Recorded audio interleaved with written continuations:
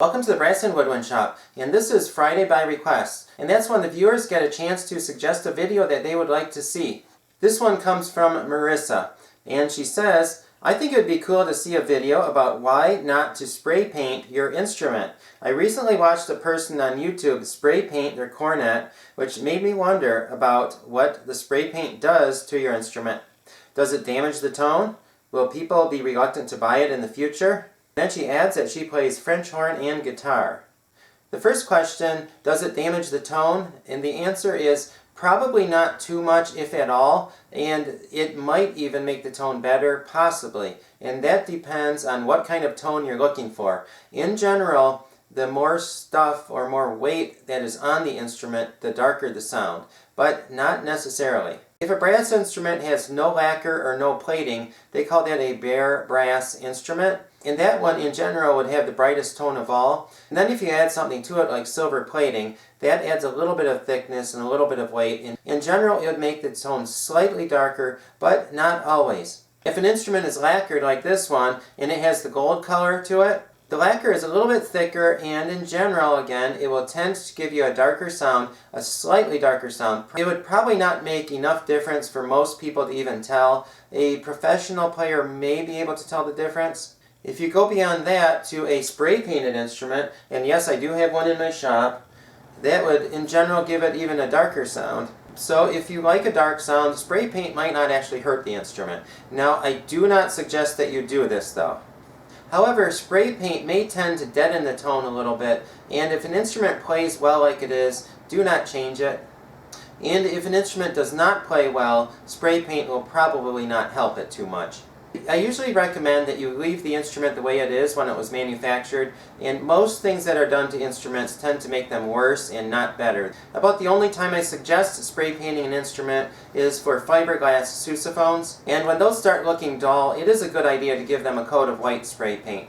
I heard a story, and this is third-hand information, so I cannot guarantee that every detail is correct, but it came from a reliable person, so I think the basics of the story are true. There was a harp player in a major orchestra, and she found a harp that was used, and she loved the sound of it, so she wanted the harp, and it turned out it was painted purple. She did not want to risk damaging the tone by removing the paint, and she did not want to risk damaging the tone by putting a more acceptable color of paint on the harp, so she just left it the way it was and played it like that.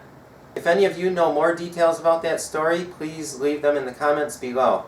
That brings us to the next question. Will people be reluctant to buy it in the future? And I would say usually yes. Most people do not want to buy instruments that have been spray painted. One time I was looking for some instruments on eBay, and I found a Getson E-flat D trumpet, and it was painted several different colors, and it looked really ugly. So I got it for $130, and then when I got it, I scraped the paint off of it. It was originally lacquered, so once I scraped the paint off, it looked nice again, and I sold it on eBay again for $325. And I did not do much other work than scraping off the paint, so it made the instrument worth $195 less to have it painted than it did to just leave it alone. If you do have a spray painted instrument and you want to spend the time scraping the paint off, it can be done. The lacquer and silver plating that they put on instruments sticks a lot better to the instrument than spray painting does. So if you have a good base of lacquer or silver plating, you should be able to scrape the paint off without too much problem.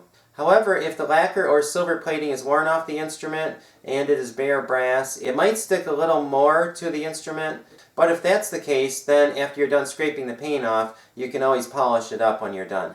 I do have a cornet that has been spray painted, and my sister found this for me at an antique shop, and I think it was about $10. It was silver plated, and they spray painted it with gold paint. If your instrument was originally silver plated, you can use paint stripper to get the paint off the instrument.